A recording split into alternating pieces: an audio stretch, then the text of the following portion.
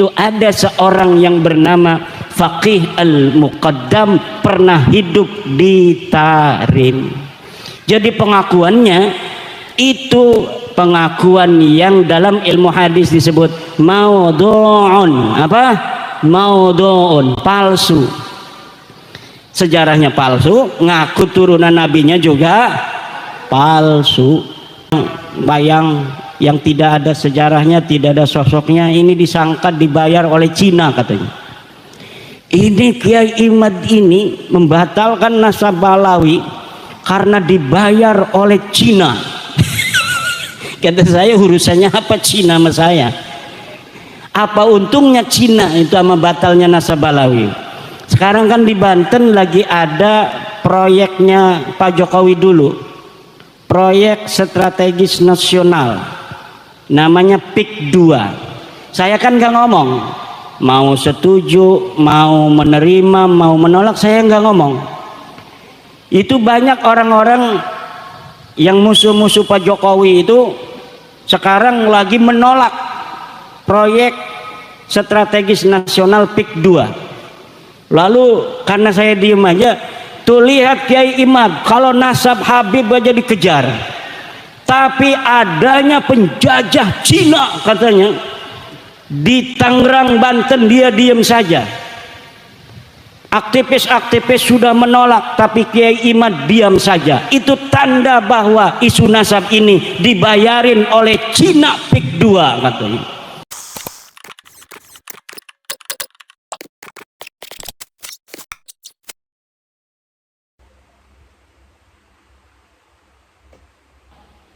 Alaihi wasallam.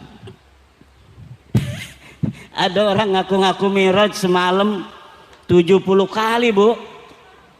Orang ini namanya Faqih Muqaddam.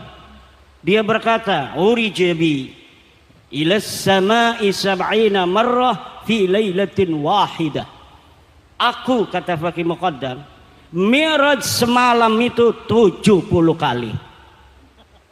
Dan ontaku ini dia ta'rifu tara'iqas sama, dia mengenal jalan-jalan di langit seperti mengenal jalan-jalan di bumi. Masya Allah. Kata orang-orang Faqih Muqaddam itu kafir. Kata orang-orang kiai-kiai Indonesia ngomong di YouTube bahwa Faqih Muqaddam kafir karena dia mengaku bisa mi'raj ke langit.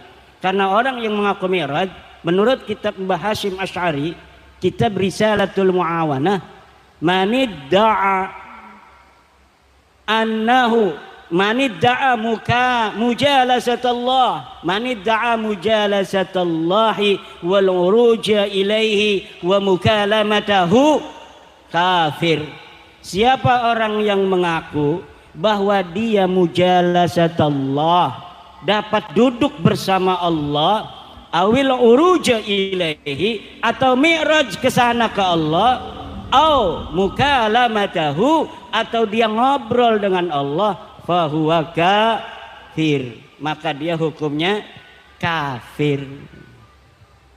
Kata pembela Balawi, yang kafir mah katanya kalau 3 dilakukan semua, mujalasatullah, uruj ilaihi, mukalamatahu. Kalau 1 doang mah enggak kafir karena pakai huruf atopnya waw. Kalau huruf atop waw katanya berarti semuanya harus dilaksanakan. Dia enggak ngaji alfiyah. Di alfiyah itu al-wawu li mutlaqil jam'i, mutlaqul jam'i wattifaqul fi'li. Jadi yang namanya huruf atop waw, ahwa mutaqaddimun, au huwa muqarinun, au huwa mutaakhir, itu pakai hurufnya waw. Bisa lebih dahulu, jaa zaidun wa amrun, itu mutlaqul jam'i, pokoknya datang Ki Zaid dan Ki Amr. Bisa Ki Zaid dulu yang datang, bisa Ki Amr dulu yang datang, bisa bareng-bareng datang. Kata pendukung Balawi, Faqih Muqaddam tidak kafir karena dia nama tidak ada musamanya. Namanya dikarang di abad 9, keramatnya dikarang di abad 9, ceritanya dikarang di abad 9. dikatakan hidupnya tahun 653 Hijriah. Digelati.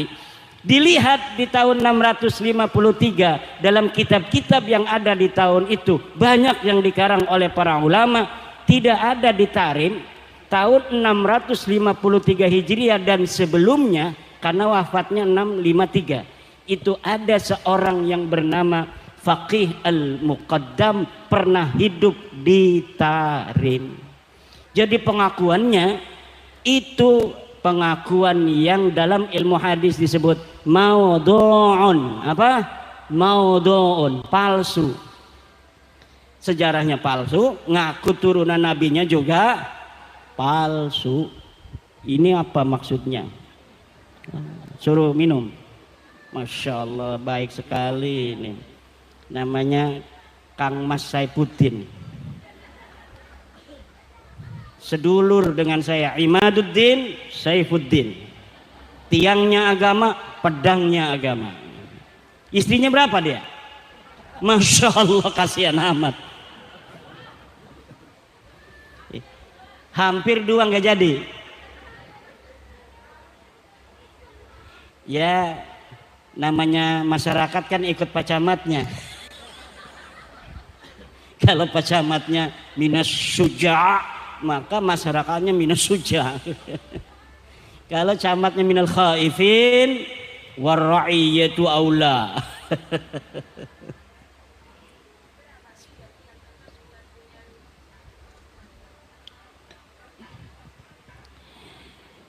Saya ibu-ibu ngomong pakai muqaddam sebagai orang bayang yang tidak ada sejarahnya, tidak ada sosoknya. Ini disangka dibayar oleh Cina katanya. Ini Kiai Imad ini membatalkan nasabah Balawi karena dibayar oleh Cina. Kata saya, urusannya apa Cina sama saya? Apa untungnya Cina itu sama batalnya nasabah Balawi? Sekarang kan di Banten lagi ada proyeknya Pak Jokowi dulu, proyek strategis nasional, namanya PIK 2. Saya kan gak ngomong, mau setuju, mau menerima, mau menolak, saya gak ngomong. Itu banyak orang-orang yang musuh-musuh Pak Jokowi itu sekarang lagi menolak proyek strategis nasional PIK 2. Lalu karena saya diem aja, tuh lihat Kiai Imad, kalau nasab Habib aja dikejar. Tapi adanya penjajah Cina katanya di Tangerang, Banten, dia diem saja.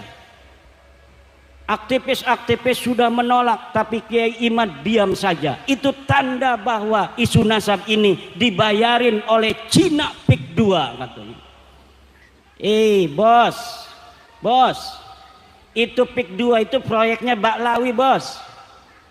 Aguan itu orang Cina, tapi yang ngejalanin proyeknya itu Baklawi, namanya Mu'annas Al-Aidid. Dia Baklawi, dia Kabib. Kalau saya ngelihat Baklawinya saya langsung nolak. Tapi orang nolak, orang menerima itu harus tahu apa yang ditolak, harus tahu apa yang diterima. Jangan kita nggak ngerti apa-apa kita menerima. Jangan kita nggak tahu apa-apa kita menolak. Saya nggak ngerti PIK 2 ini jenis kelaminnya apa. Ini makhluk model apa ini PIK 2? Kenapa? Karena saya belum mendapat penjelasan. Sebenarnya seperti apa? Proyeknya apa? Manfaatnya apa? Kerugiannya masyarakat apa kalau diterima? Kalau sudah ada ilmu koma bi al ilmu bi PIK wa PSN, baru kita boleh mengatakan menerima, boleh mengatakan menolak. Karena saya komisi fatwa, ketua komisi fatwa Majelis Ulama Indonesia Provinsi Banten, kemarin saya di SMS, Kiai hari Minggu tolong survei di PIK. Ini dari perintah MUI Banten. Nanti komisi fatwa yang menentukan secara maqasidus syariah apakah diterima ataukah tidak. Kata saya, buat apa kalau kita terjun ke lapangan tapi tidak tahu master plan-nya apa? Saya mohon dikirimkan dari PIK gimana, dari bapedanya gimana, dan alhamdulillah sudah dikirimkan baru kemarin di mobil. Saya baca, tinggal saya terjun ke lapangan. Baru setelah kita tasawur, nah kita menentukan hukum itu harus tasawur. Al hukmu bisyai'i far'un an tasawurihi. Menghukumi sesuatu adalah cabang dari tasawurnya. Kalau kita menghukumi sesuatu, menerima atau menolak tanpa tahu tasawurnya, maka itu orang gendeng.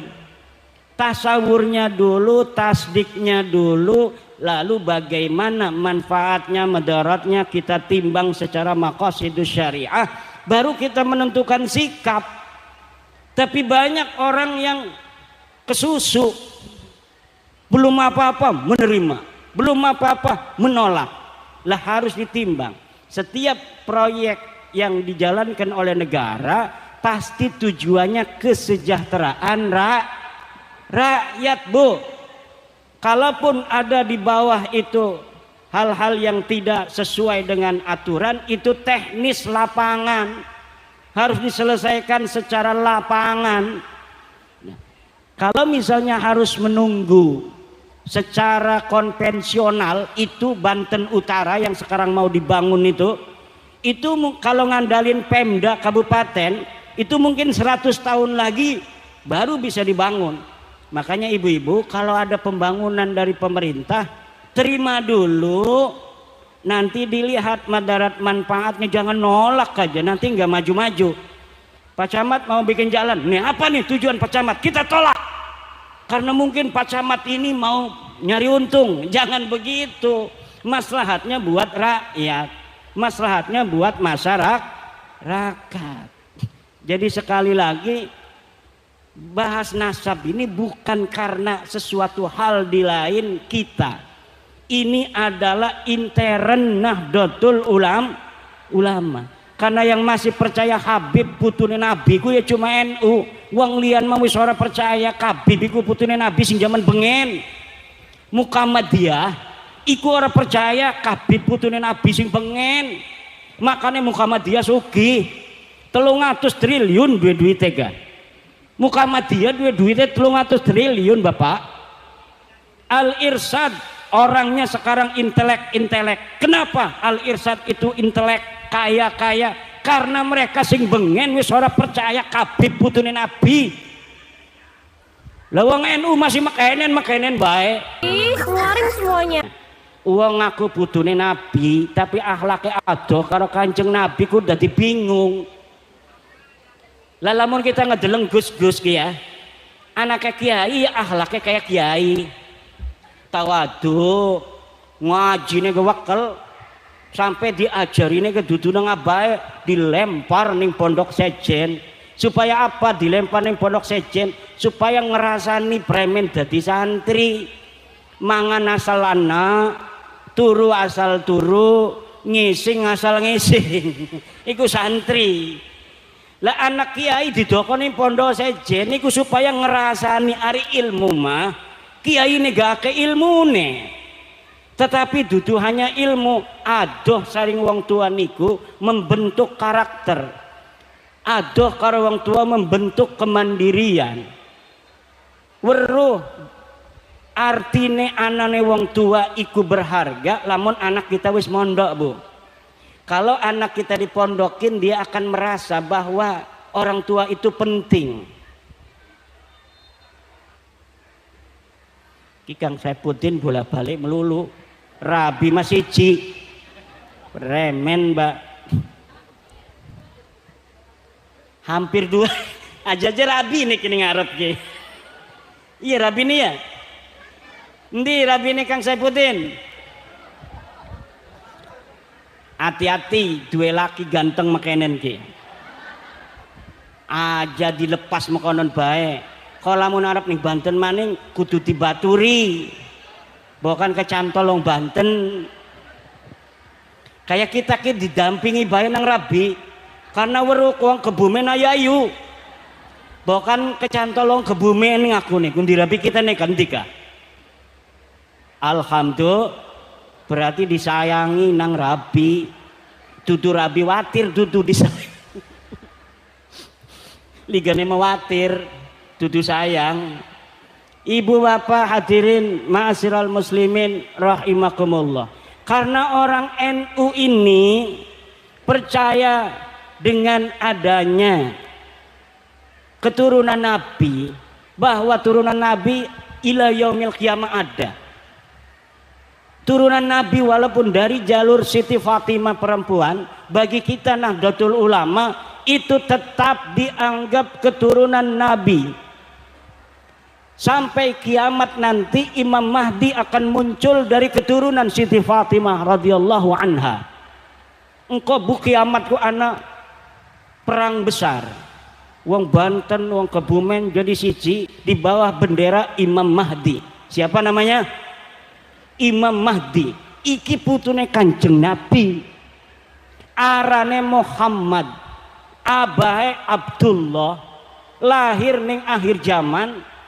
Perang ngelawan orang-orang kafir di bawah bendera la ilaha illallah Muhammadur Rasulullah. Iki yang akan menjadi panglimanya adalah cucu Nabi asli pakai sod. Makanya kalau sekarang ini bu, kita biarkan orang-orang yang bukan turunan Nabi ngaku-ngaku putune Nabi, iki bahaya. Karena engkone anak uang ngaku-ngaku Imam Mahdi palsu, ngaku Imam Mahdi padahal dudu Imam Mahdi. Darane